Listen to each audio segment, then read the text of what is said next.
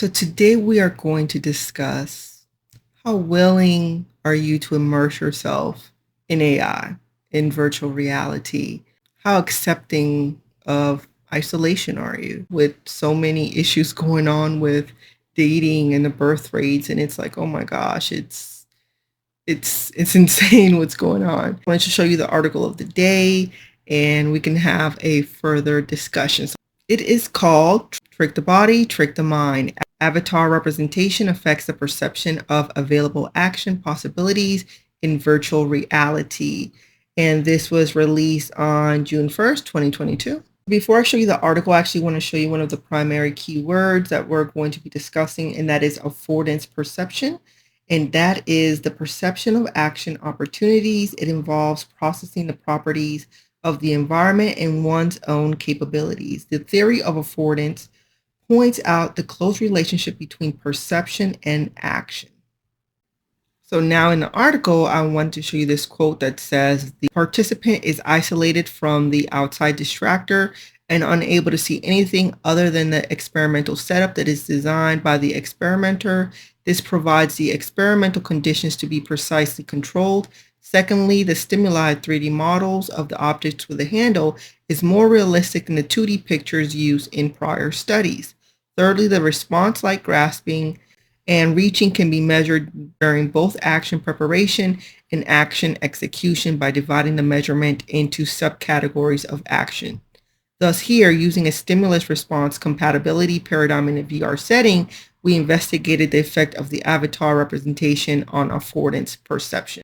Now, I know that seems like a lot, but basically just think the fact that when you're using these AI and VR tech softwares, that you actually feel like you are there and you're starting to measure the space and the location of where you are as a real environment, to the point that you'll reach out and grab it, to the point that you actually think it's real. And a psychological consideration that I wanted to discuss with you guys today is that as we move forward to trying to include all of our different senses, and that includes our own ability to feel the emotion that is connected to those tactile responses, that's going to be a huge deal, because once you believe something, once you allow yourself to immerse yourself within a world, and now the tech can actually give you those, sensory feelings that you can, smell the roses, you can feel the warmth from a teacup, where you can now actually visualize the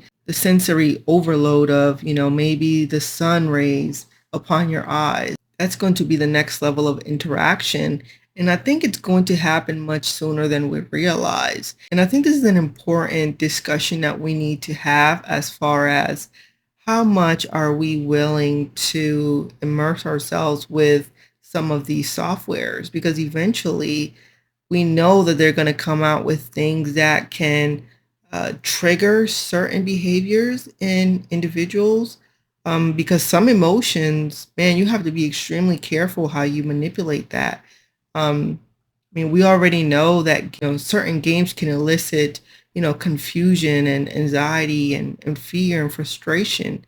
And if we take it up a notch, and now with AI software who can then analyze things that you like and dislike, and the games are more adaptive. For example, I believe it was NVIDIA with the NPCs that can have more of an engaging conversation that is more adaptive rather than structured on the back end. Once we start moving to a, for lack of better words, a software that has the free will to adapt to your needs, your desires, your own fears, that's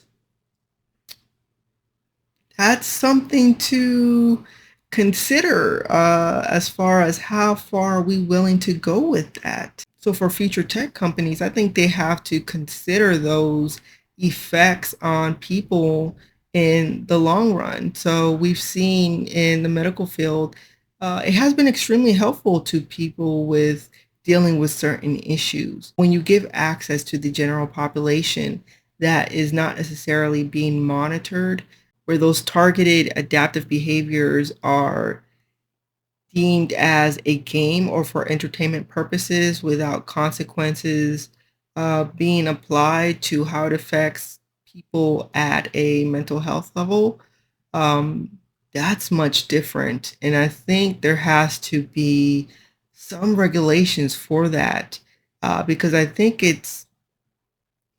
think it should just be labeled as a game at that point. Because when we see games that will be targeted towards you personally, and you give them your information freely, I mean, they might not be held liable if you give that information freely to them, because then you can say, well, you customized that game.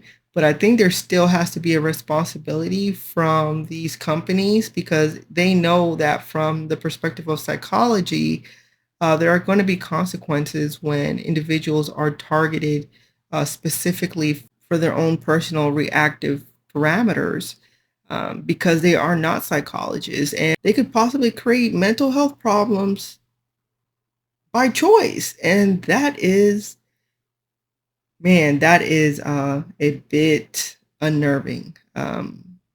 So, yeah, we are starting to see these AI softwares coming out so fast, but without regulations, without proper psychology evaluations, I think this could be a bigger problem than people may realize. So, anyway, just another thought of the day. Uh, you know, just another consideration, things that I think about. Let me know what you guys think in the comments.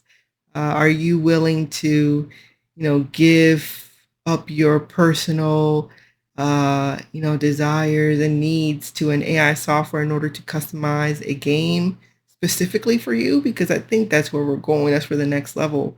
Um, so anyway, yeah, let me know what you guys think in the comments. Have a great day, guys. Bye bye.